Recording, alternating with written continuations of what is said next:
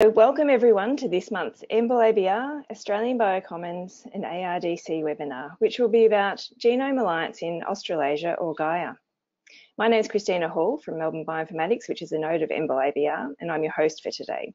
My colleague is Susanna Bacon from ARDC. She's behind the scenes co-hosting the webinar. EMBL ABR is a distributed national research infrastructure network providing bioinformatics support to life science researchers in Australia. It was set up as a collaboration with EMBL EBI to maximise Australia's bioinformatics capability. There's 13 nodes across Australia, each of which undertake or support bioinformatics research around several key areas: that's data, tools, compute training, standards and platforms. Before continuing, I'd like to mention a few housekeeping items. All attendee microphones are muted during the presentation to minimise background noise. If you do have a question, please type it into the question box. We'll look at the questions at the end of the presentation and relay these to Dave and Jeff. The broadcast will be recorded and made available on the EMBL ABR YouTube channel, and we'll notify you by email when they're available. Today, we're very happy to have Professor David Burt speaking to us. He's an expert in the field of avian genomics and has over 200 peer-reviewed publications. Since 2017, Dave has been the director of the UQ Genomics Initiative, which is a virtual network across the University of Queensland, catalysing fresh practical insights into genomics research across multiple disciplines and focusing on three key impact areas: that's feeding the world, resilient environments and healthy ageing.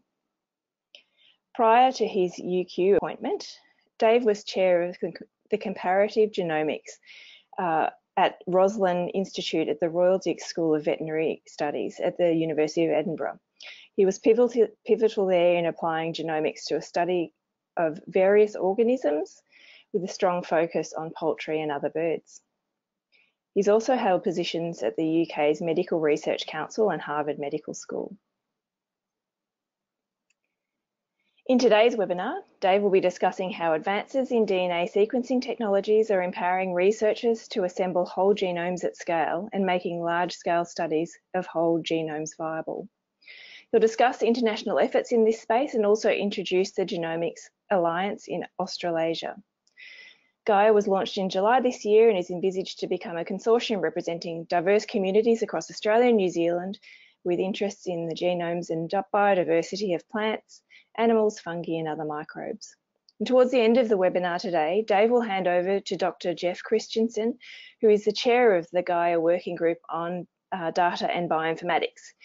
Jeff will talk about how researchers undertaking Denovo Genome Assembly, genome annotation and Philo genomics can contribute to and benefit from getting involved. He'll introduce the various activities being facilitated by the Australian Biocommons project and to support researcher communities through the development of shared national bioinformatics infrastructure. Okay, thanks Christina. It's a great pleasure to be able to talk today and tell everyone a little bit more about the Genome Alliance in Australasia. The Genome Alliance, or Gaia, is a collaboration between scientists and other groups in Australia and New Zealand. We have a diverse interest in many areas, including genomes, biodiversity, and the evolution of all the flora and fauna of these countries. The immediate goals of the Alliance are to create an infrastructure based on comparative genomics and earlier approaches to understand the biodiversity and evolution of our diverse ecosystems.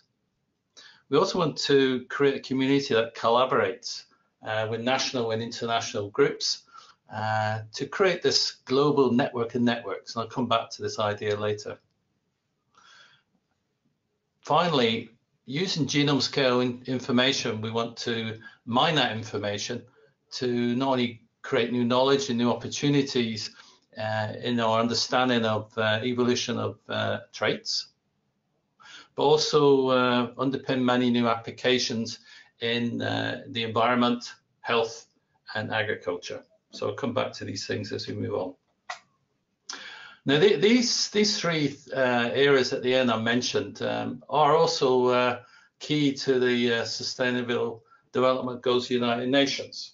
which is all about climate change, the environment, human health, feeding the world, etc. So before I come to that, I want to spend a few minutes giving you a very rapid update on genome assembly and genome annotation. So first of all, come to genome assembly.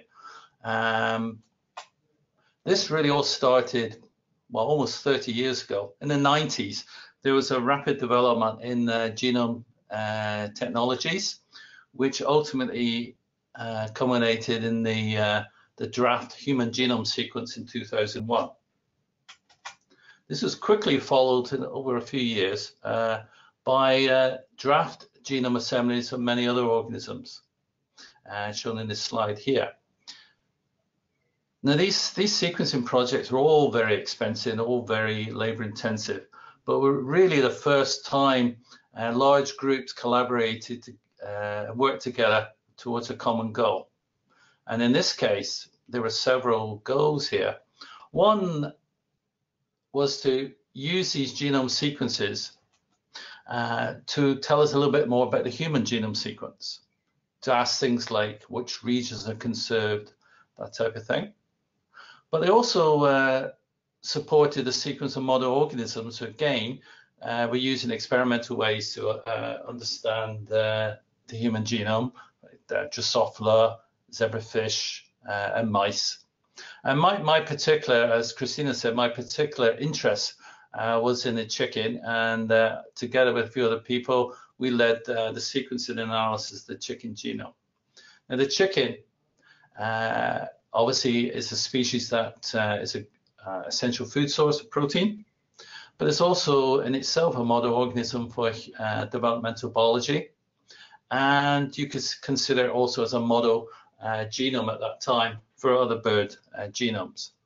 And I would say at this particular point in time, comparative genomics became the buzzword, where we could compare the genomes of other organisms to understand more about how they've evolved and their organization. But things, of course, moved on very quickly.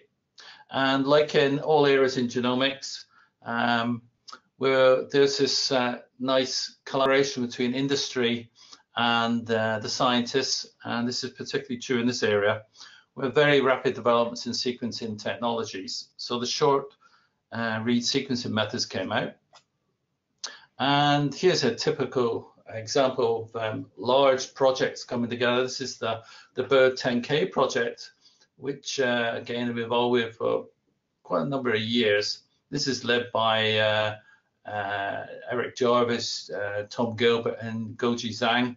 And the idea is to create draft genomes of all birds, not just a few orders, but all existing birds and even a few extinct species. So currently there are over 300 draft genomes have been sequenced. And in Australia, I want to highlight this initiative led by Parwinder Kaur called DNA Zoo. And this is an international collaboration. Again, it's a community of biologists around the world that are interested in going beyond draft genomes. Now, to me, draft genomes are focused on contigs, large stretches of contiguous DNA, but it's much more useful in comparative genomics to have chromosome level assemblies. So one of the aims of the DNA Zoo project is to create those scaffolds at the chromosome level. So here's an example using the high C technologies to look at interactions between between chromosomes. And Parwinder and her colleagues have been using this method to upgrade many of the draft genomes, mammals and other organisms, to full chromosome level assemblies. And here's some just a view of some of the ones they've done so far. So even within the first year of the project, there are over 100 mammalian genomes at chromosome level annotation. So if you want to find out a bit more about that project, please contact Parwinder, because we want to expand this not only to mammals, but to many other organisms. Now, here's a list of issues that have been highlighted by the Vertebrate Genomes Project. Within that project are birds, but also many other vertebrates, humans, fish, reptiles, etc. Now, the VGP group have highlighted some of the limitations of the first and second generation sequencing methods I've described so far.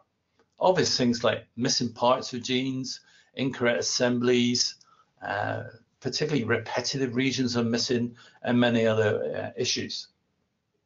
Now, for some purposes, these are not a problem, but once you get down to the nitty-gritty of trying to examine specific regions of the genome, then you're in trouble. But third generation methods, which are based on long reads, like the PacBio system, which we could call long reads of 25 to 35 kb now, very accurate reads, and Oxford Nanopore ultra long reads, less accurate, but going out many hundreds of kb.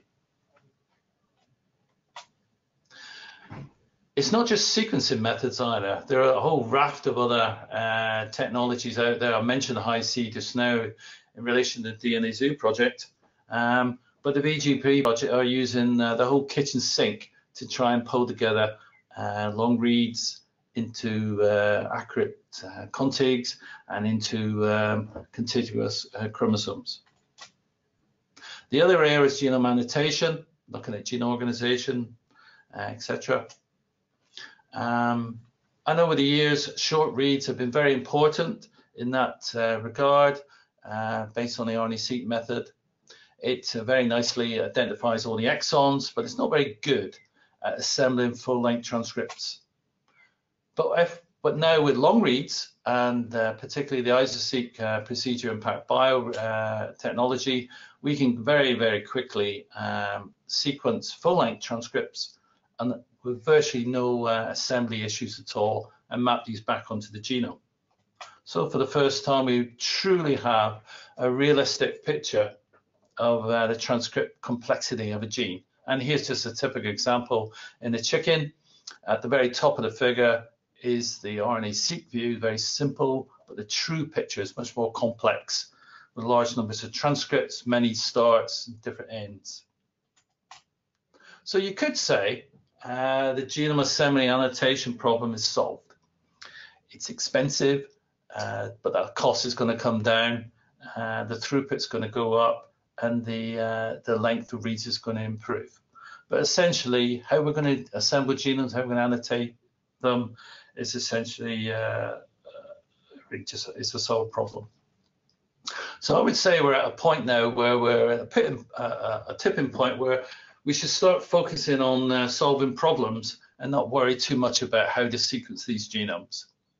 So comparative genomics can solve or help solve many problems, and the ones I've highlighted on the left are evolution of the genome, species and traits, conservation of species in the ecosystems, agriculture, and medicine.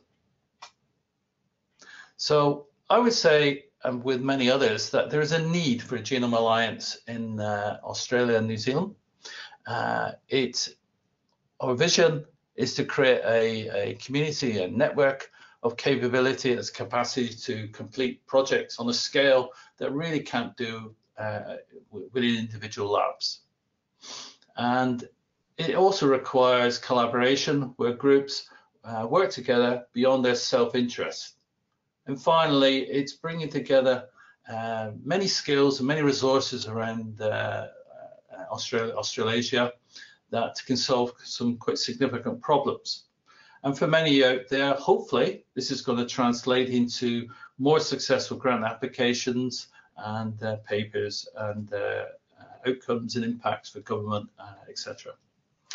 On the right-hand side, I quite like this quote, this idea about this is an alliance inspired by nature.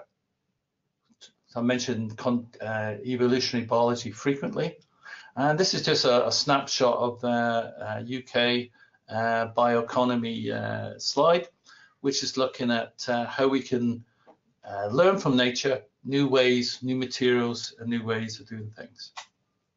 So the Genome Alliance then is a community of practice based on diverse interests in plants and animals. The goal is to bring together a community interested in using comparative genomics and evolutionary methods to understand biology with diverse ecosystems. Particularly, we want to collaborate and create networks and networks within Australia, New Zealand, and beyond throughout the rest of the world.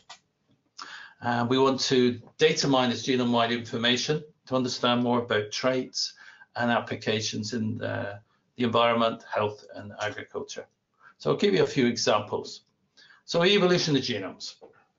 Well, obviously we can look at the evolution of the genomes themselves, tree of life, even clarify and discover new species, and increase our understanding of the evolution of adapted traits. So I'll give an example, which I mentioned already, the Avian Phylogenomic Consortium. So this consortium evolved out of interest in bird evolution. So a few years ago, we sequenced nearly 50 species. And this is a massive collaboration around the world and resulted in many papers. And you can see here, the scope of papers really illustrates the type of questions you can answer by comparative genomics. Not only genome evolution, but also understanding more about the biology of these species and the evolution of their traits. So what came out of this was a better understanding of the phylogenetic tree of birds, which has always been a problem because there was this rapid burst about 60 or so million years ago. For me, I was quite interested to understand which regions of the genome are conserved and thus may have a function, especially the non-coding parts of the genome.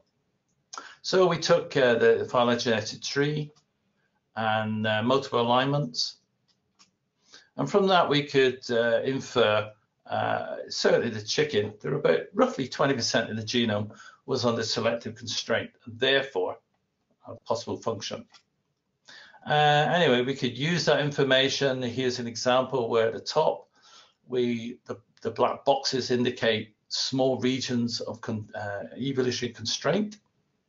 We can overlay that on the next slide, next level, with known transcripts, and you can see that there are two genes here that overlap with these constrained regions. But in the center, there's apparently an area that there's no known transcripts. But if we then take other data from elsewhere, we can see that in the center there's actually a gene that was missed by the conventional annotation tools. So we can use these evolutionary methods to discover new genes quite detailed. Another area then, conservation, species, ecosystems. Of course, this is very topical today. We're looking at we can look at biodiversity really as a sort of an indication of the health of our ecosystems. So we can look at the effect of climate change maybe on biodiversity, clarify how human activities have effect on biodiversity, develop ways to conserve rare and endangered species. And I highlight here very successful work from the Oz Mammal Genome Project funded by Bioplatforms Australia, who have led this area in Australia for many years. The last area is metagenomic studies of complex interacting systems. Really, to conserve species, we really need to find ways to conserve their environment. And the classic example, of course, is a Great Barrier Reef. This is very important to Australia. And here's on the right-hand side, you can see some work from Peter Mumby, which describes the bleaching, the death, basically, of the reef, which is very, the bleaching is very extreme in the north and less extreme in the south. So why is this? How can we understand this? Well, one approach is to understand what makes the reef. Now, it's not just about corals, it's about a complex interaction between corals, their algae, bacteria, and viruses. So really, we need to look at, and they all live together in a symbiotic relationship. So it's not really a genome, it's a metagenome we need to understand. And this is a very nice paper published recently by the GBR group. Very nicely shows by looking at using long reads, genome sequencing, RNA-seq, evolutionary methods. They can start to understand how the coral itself is interacting and dependent on the symbiotic relationship with not only the bacteria and viruses, but also the algae that all grow together on the reef. So how can we use comparative genomics in agriculture and food security? Well, consumers, there's a big need out there, of course, to find new foods, taste better, healthier, particularly very sustainable. Comparative genomics maybe allows us to find new species, new varieties, new mechanisms for tolerance to pathogens, drought, etc. And even new ways in agriculture, new food products, non-food products, like new fuels, materials, and natural insecticides and fungicides. An example I'm going to give is some work by my colleague, Robert Henry at Quaffy, looking at wild crop relatives as a genetic resource that covers all these areas. In Queensland and in Australia, there's a huge resource of wild crop relatives, sorghum, rice, nuts, thousands of varieties of eucalyptus species. Here's a nice paper that just looks at the biodiversity of what these wild crop relatives, and you can see Australia is quite rich, particularly in the northern territories and the Queensland coastline areas. And here's a nice story about rice. This is a paper published a few years ago. What was surprising at the time was one of the most ancient varieties of rice was actually found in Australia, and it was found in this northern region. And the reason it laid undiscovered for so many years, it's obvious really. It's in the swampy areas full of crocodiles. But brave scientists like Robert Henry and others have been up there and been able to sample the biodiversity there. Quite interestingly, the wild varieties of rice can be crossbred with domestic varieties, so we can transfer traits. These wild varieties are resistant to a whole range of Australian pests and diseases, and so they harbour novel health and nutritional traits as well. Finally, comparative genomics can be used in medicine. So I've highlighted two areas here. We can enhance control of pandemics, for example, avian influenza. We can learn, for example, from wild species that are resistant to avian influenza, like ducks, swans, geese, etc., and species that are more sensitive, like poultry. Try to understand what's going on there. That can help us understand more about infection and a whole range of other types of diseases and pathogens that are more important these days, particularly with climate change. Another area is discovering new medicines for both human and non-human health, the whole One Health idea. An example I'm going to take is from Glenn King at UQ, looking for new medicines by studying venomous species. Amazingly, about 50% of all animals on Earth are venomous, and they've been around for quite a long time, almost 500 million years. And I was surprised to learn that many drugs that we use today have been derived directly or indirectly from some of these venomous species. So captopril here, a hypertensive drug, came from the Brazilian pit viper.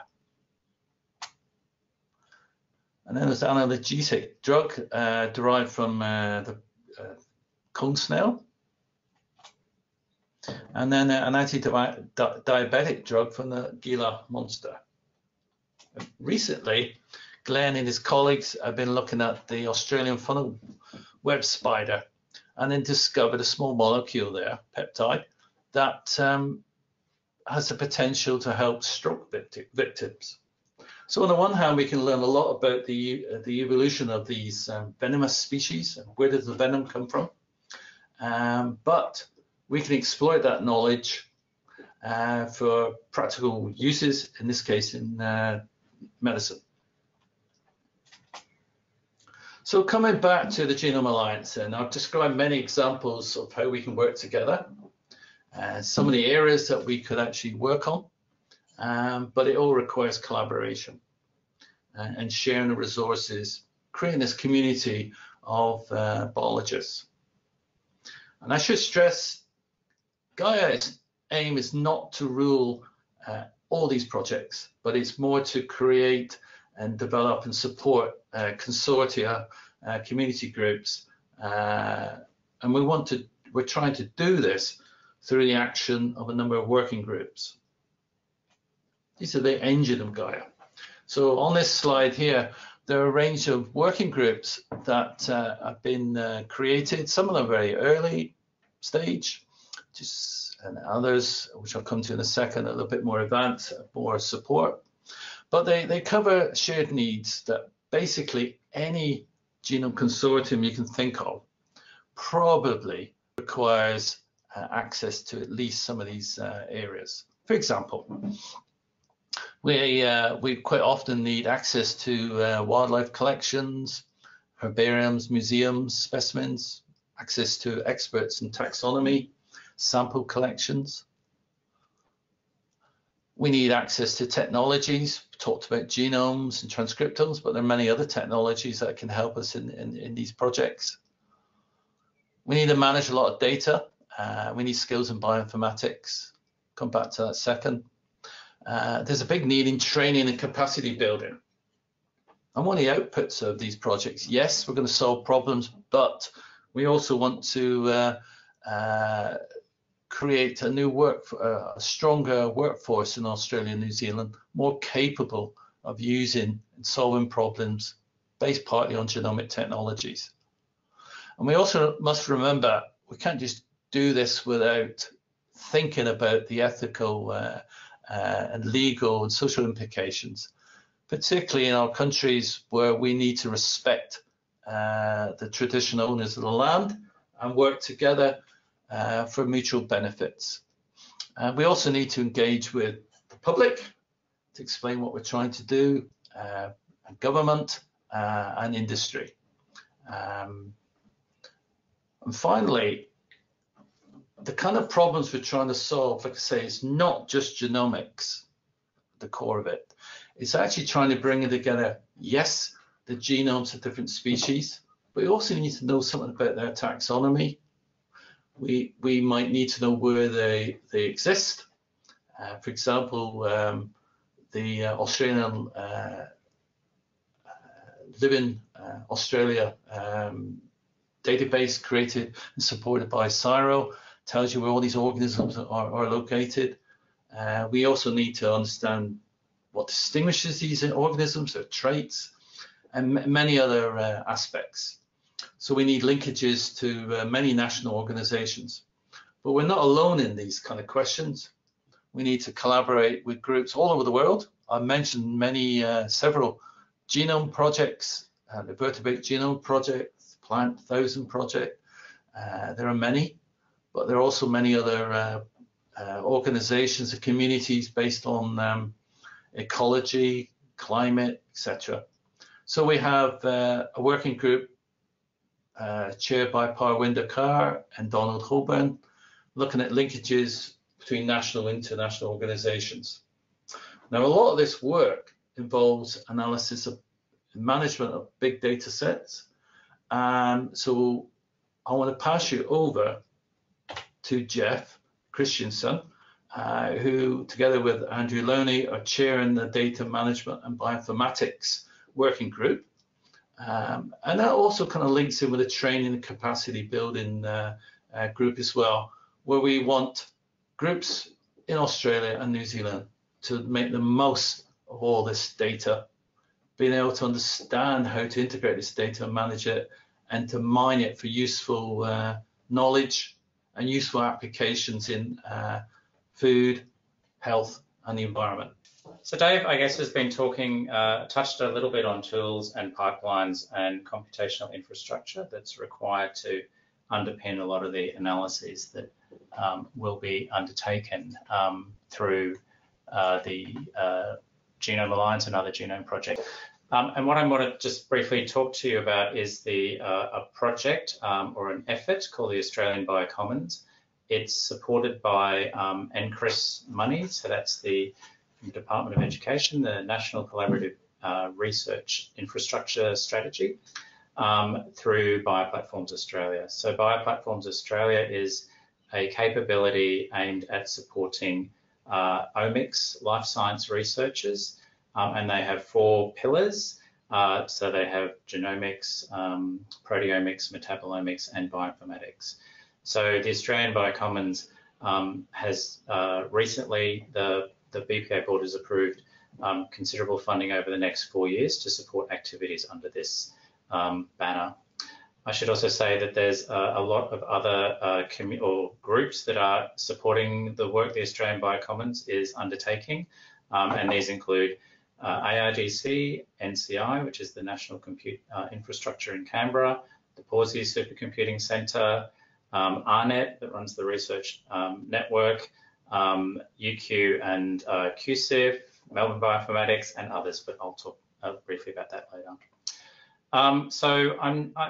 The website here, I'm not going to go into great detail, but the URL is biocommons.org.au, so please have a look at that. I thought what I would actually just focus on is the mission of the Biocommons, because it illustrates, again, the types of things we want to do with communities. So it aligns quite nicely with the strategy that Dave has been talking about. So our mission is broadly to sustain strategic leadership nationally for bioinformatics, and bioscience data infrastructures. And this is so we can have a conversation as biologists undertaking various omics challenges with computational infrastructures. And through that leadership, we're aiming to actively support life science communities with community scale digital infrastructure. We want to make sure that whatever is implemented and made available in Australia is absolutely aligned with best practice infrastructures that are being developed elsewhere in the world. And ultimately, we're just on the beginning of this journey, we're aiming to provide access to services that provide analysis capabilities, so software and hardware platforms that underpin world-class science. An example that we already do support is Galaxy Australia service. We also want to ensure that digital assets can be managed appropriately, and also in this space published to international repositories. I think that's very important. And we also want to enable researchers to observe best practice when it comes to data standards, et cetera, et cetera. And then ultimately our aim is to make sure that we can build a sustained digital infrastructure that will be available to support life science researchers going forwards. So in a minute, after a little exercise, I'm going to talk about what we're specifically doing in the fields of genomics and how to get involved. But I thought it could be fun to have a little interactive session here to gauge some community and the audience opinions on some of their challenges. So I guess what I'm interested in here is how much are your needs met in a number of areas when undertaking bioinformatics for genomics? And I understand that's very broad. And the classifiers here are fairly broad as well. I just wanted to say that the classifiers or the categories here, I've borrowed from a paper by Barone et al. And it was from a couple of years ago. And what they did was they were analysing a large number of National Science Foundation sponsored principal investigators in the US for their unmet needs when analysing biological big data. Here we go. So so the aim of this is that, well, we'll see what happens. So we'll just leave this up for maybe a minute or so. So it looks like that training on basic computing and scripting is the most satisfied needs, and at the moment cloud computing is the least.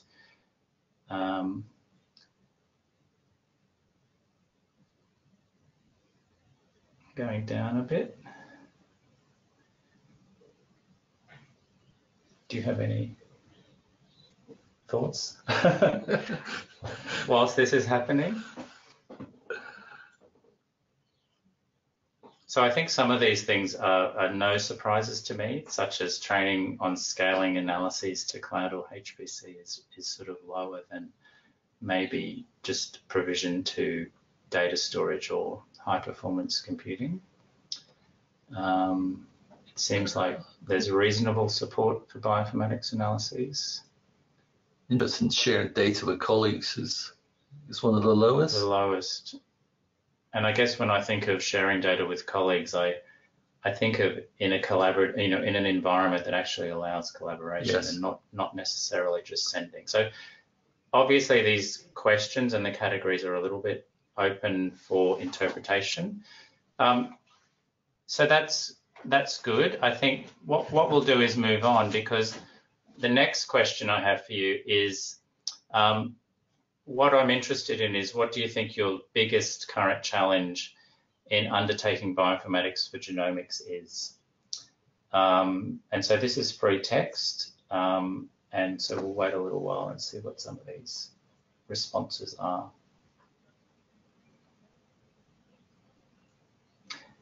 You can actually put in 2 if you have more than one challenge. Long-term storage. I guess that's access to long-term storage, or getting started. Mm-hmm. So I guess long-term storage, that can be solved just once you submit that to a national database somewhere, at least. Or international database. International database, yeah. Knowing the right tool to use. So what is the best practice tool? So there's three things that are all about training and education. Yeah. Installing software and making sure it's up to date. Yeah, multi-omics integrative analysis, very challenging. Yes, which is what we were talking about near the end, which is the big deal, isn't it? Yes, tools that work on a range of species, absolutely. Data movement. The software installation updates, people are not interested, well, some are, but people are not interested in doing that, they're interested in using it. Yeah. Again, you want to be trained up quickly to be able to do that.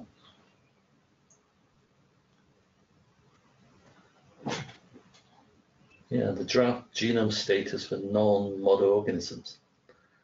That's as in access. I wonder if it's access to them, or even just finding out that what are the plans out there? Who's doing it? Yeah, I think if we can get that network and networks idea working, then we can break that problem up to smaller chunks, various communities, and then pool the data together.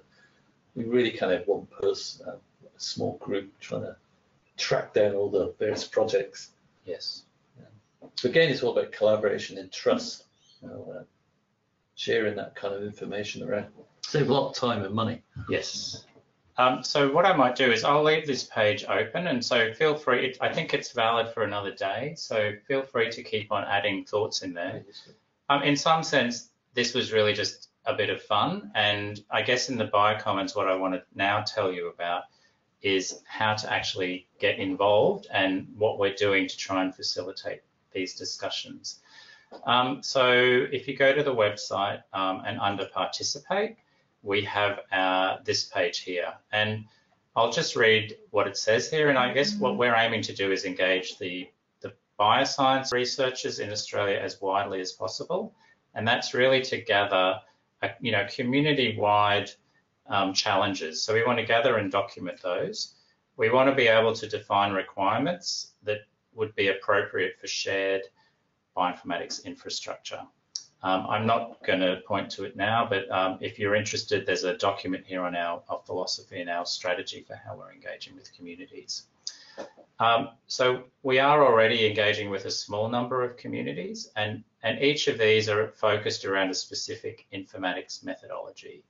By no means is this list complete. We're interested in, I guess, gaining community advice on what future communities we should be engaging around and what makes sense. And they could be around new informatics methodologies, or it could be around a data type, it could be around an analysis platform, or really any other type of theme. So if you are interested in suggesting communities, you can just contact us. But what I thought I would just run through is some work we've been already doing around genome annotation, assembly, and phylogenomics. So genome annotation is some work we started under the auspices of EMBL, Australia Bioinformatics Resource. And we've been engaging with a really broad community of Australian researchers to identify, what range of species are those groups working on as far as doing annotations, and what are the methods, tools, and infrastructure that are being used, but also importantly, what are the challenges and blockers. So again, I won't open this particular document here, but through this exercise, we've been able to develop what we consider to be a proposal for an infrastructure roadmap for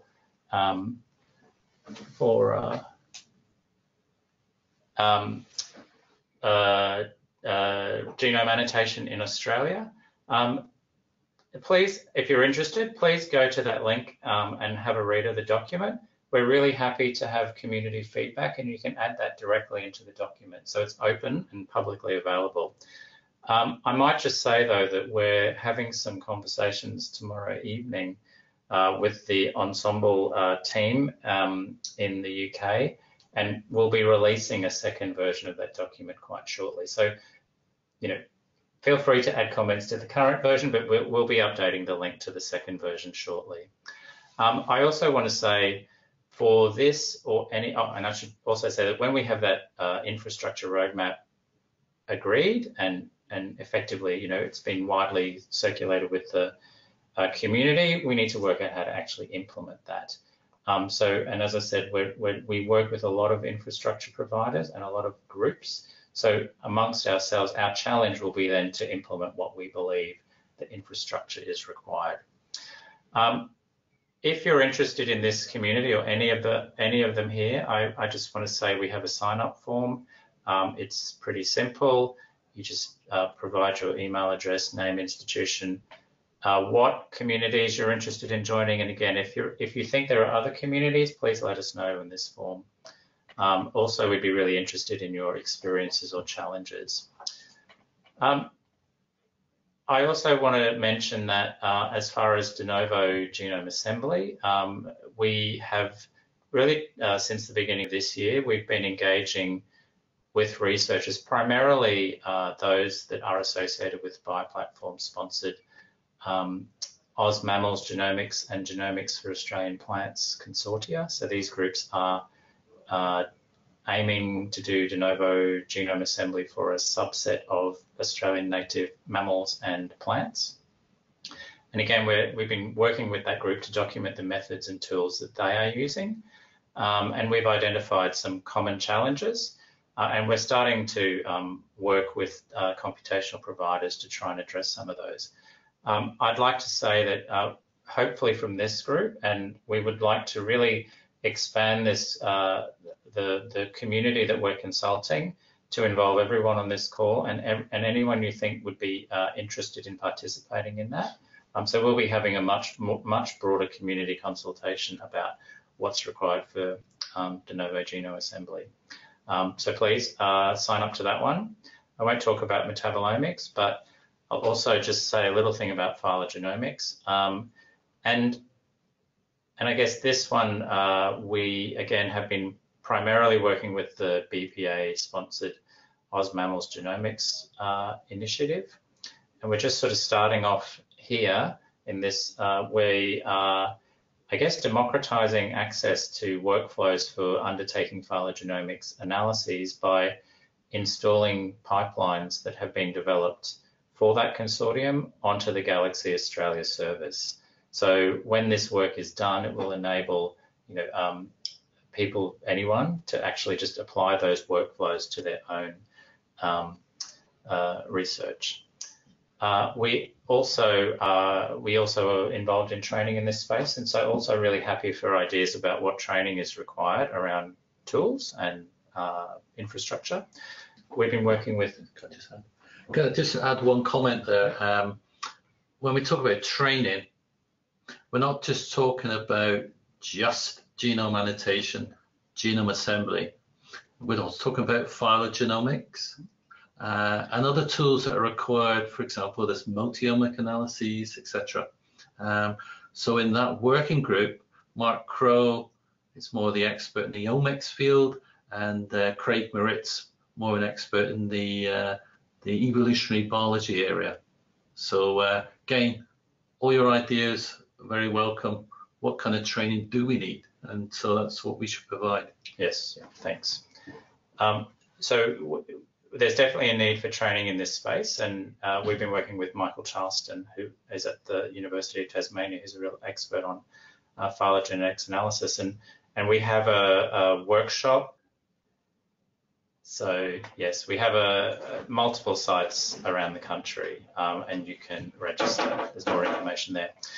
Okay, so to bring it back, and I guess to wrap up, again, we would see that the working group for Gaia, the best way to move this forward is to actually engage through the Biocommons working groups. And also Jeff and I are quite happy to follow up questions after we finish over the next few days and weeks. So thanks once again to Dave and Jeff for sharing the information about Gaia and Australian Biocommons with us today. And thanks to our audience for making the time to attend the webinar, which has been recorded, and the slides and recording will be made available soon. We'll send you an email with the links when that happens. If you have any suggestions for future webinar topics or speakers, please feel free to let us know. We hope you'll join us for the next webinar by Associate Professor Bernie Pope. He's the Human Genomics Lead at the Victorian Health and Medical Research Fellow here at Melbourne Bioinformatics, the University of Melbourne. That's happening on the 2nd of December, and Bernie will speak about Bioinitio, a tool that automates the process of starting new bioinformatics software projects following recommended best practices. Finally, MBIL ABR would like to acknowledge funding from Bioplatforms Australia and the University of Melbourne, and ARDC would like to acknowledge funding from NCRIS. Australian Biocommons is also enabled by NCRIS via Bioplatforms Australia funding. As the webinar closes today, there'll be a short survey. It only takes a minute, so please fill that in. Thanks once again, and goodbye.